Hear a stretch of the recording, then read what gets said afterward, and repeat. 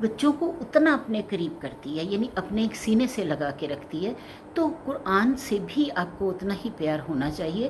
آپ کس طرح کہہ سکتے ہیں کہ ہم اسے اٹھا کر اوپر طاق میں رکھ دیں اور اس کو اٹھانے کے لیے بھی ہمیں سوچنا پڑے 10 دفعہ کہ کیسے چڑھیں، کیسے اٹھائیں، اب اوپر سے غلاف کھولیں، اب یہ کریں، اب وہ کریں، یعنی مطلب وہ بہت عجیب سی بات ہو جاتی ہے کہ آپ قرآن تک پہنچ نہیں سکیں گے، نہ قرآن آپ تک پہنچے گا، نہ آپ قرآن تک پہنچ سکیں گے۔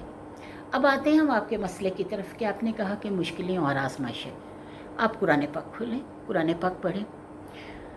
میں اپنا ایک واقعہ بتاتی ہوں کہ ایک دفعہ مطلب میں بہت زیادہ مجبور تھی، مجھے بہت زیادہ پریشانی تھی، کسی بھی مطلب ہو جاتے ہیں گھر میں ایسے مسئلے، مجھے بھی کوئی اتنی پریشانی تھی کہ مجھے سمجھ نہیں آ رہی تھی کہ میں اس کا کیا حل نکالوں۔ تو حسب عادت میں نے قرآن پاک پکڑا اور پڑھنے لگ گئی۔ مجھے نہیں سمجھ آ رہی تھی، نہ میں کبھی کسی سے پوچھتی تھی، نہ میرا کوئی ایسا واقف کار تھا جو مجھے بتائے کہ بھی ہاں جی اب تو نے یہ پڑھنا یہ پڑھنا یہ پڑھنا، ایسا کچھ نہیں تھا۔ کوئی پیر، کوئی فقیر، کوئی ایسا کچھ نہیں تھا۔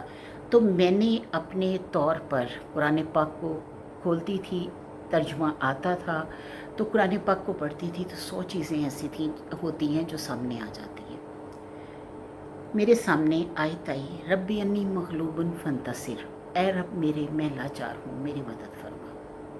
اب پورا واقعہ میں پڑھ رہی ہوں، اور جب یہ آیت آئی ہے تو آپ یقین کریں کہ میں نے اس پورے طریقے سے رونا شروع کیا، سجدے میں گر گئی۔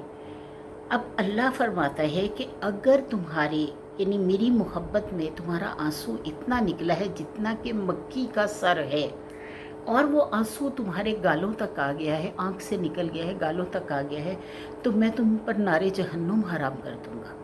اور آپ یقین کریں کہ قرآن کو اگر آپ اتنا سب کچھ سمجھتے ہیں تو جیسے ہی وہ قرآن کھولا میں نے، جیسے ہی میں نے یہ آیت پڑھی تو مجھے اپنے رب سے مدد مانگنے کا طریقہ مل گیا۔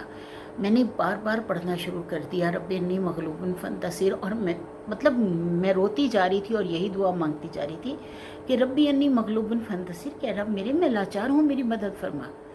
اب جیسے جیسے میں نے یہ دعا مانگی ہے، اور جب میں دعا مانگ کر میں نے آمین کہا، اٹھی، مطلب دل ہلکا ہو گیا، کیفیت چینج ہو گئی، تو مجھے اندازہ ہوا کہ واقعی مطلب اس کیفیت میں محسوس ہوتا ہے کہ جیسے آپ کی دعا کسی نے سن لی، بالکل ایسے ہی جیسے بچہ رو رہا ہو اور ماں کہہ دے کہ کچھ نہیں، پریشان ہونے کی ضرورت نہیں، میں تمہاری بات سن لی میں نے اور میں اس کا حل نکال لوں گی، تو بچہ بہت مطمئن ہو جاتا ہے۔ تو بالکل اسی طرح میں مطمئن تھی، اور آپ یقین کریں کہ اسی طرح کئی دفعہ ایسا ہوا، ایک آدھ نہیں، کئی دفعہ ایسا ہوا، اور بار بار میرے سامنے وہ آیات آتی رہی، اور اسی طرح میں دعا مانگتی ہوں، ابھی بھی اسی طرح دعا مانگتی ہوں۔ آپ جب بھی قرآن پاک کو کھولیں گے، آپ کو آپ کے مسائل کا حل اس میں ملے گا۔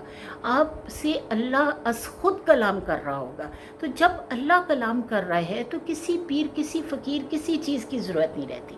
اور جب آپ اپنی مشکلوں کا حل مانگ رہی ہوتی ہیں تو یہ میری نصیحت ہے آپ لوگوں سے کہ کبھی بھی یہ مت مانگیں کہ اے اللہ تعالیٰ مجھے دنیا میں یہ عطا کر دے۔ آپ نے گھر مانگنا ہے، کہو اللہ تعالیٰ مجھے دنیا اور آخرت میں گھر دے۔ آپ نے رزق مانگنا ہے، کہو اللہ تعالیٰ دنیا اور آخرت میں مجھے رزق دے۔ آپ نے زندگی میں بہتری مانگنی ہے، آپ کہو دنیا اور آخرت میں بہترین زندگی دے۔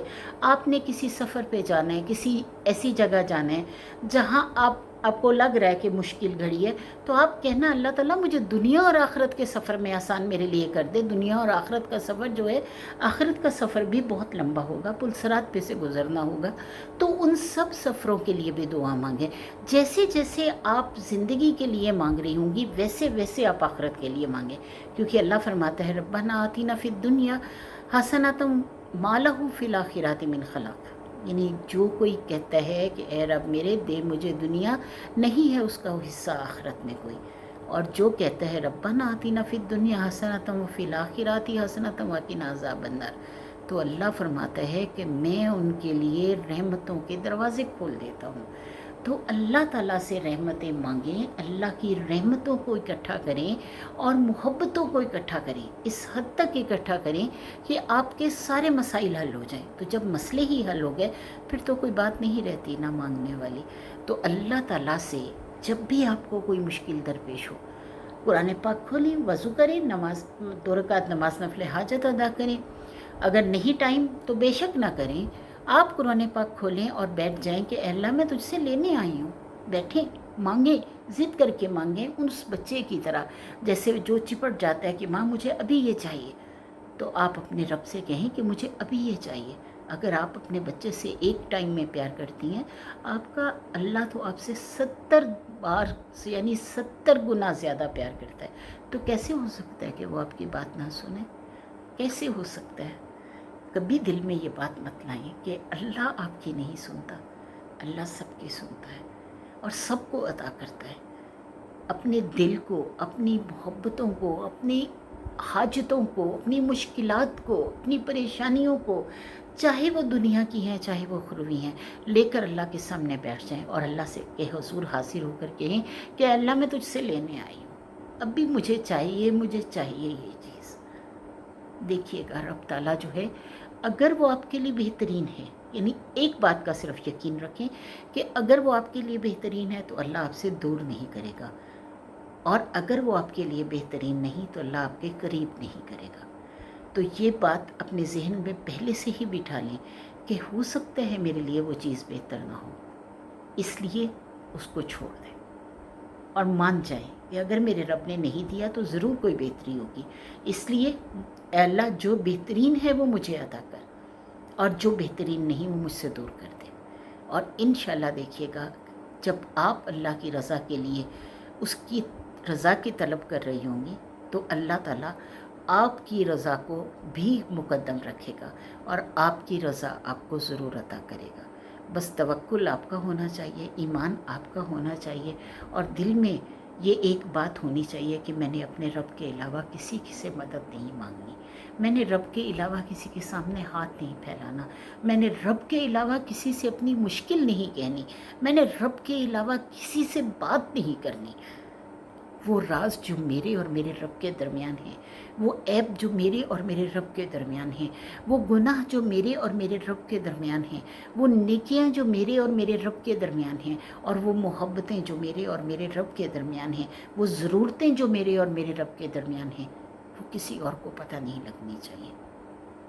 انشاءاللہ العزیز کبھی بھی مایوسی کا سامنا نہیں ہوگا انشاءاللہ.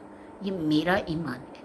قیامت کے دن میری گواہ رہیے گا کہ میں نے اس ایمان کے ساتھ آپ کو بلایا، اور اس ایمان کا میں نے بار بار اپنی ذات میں اپنی پرسنل تجربہ کیا ہے، پرسنل ایکسپیرینس ہے میرا. یقین کریں کہ آپ کو کبھی مایوسی نہیں ہوگی. وآخر دعوانا الحمدللہ رب العالمین.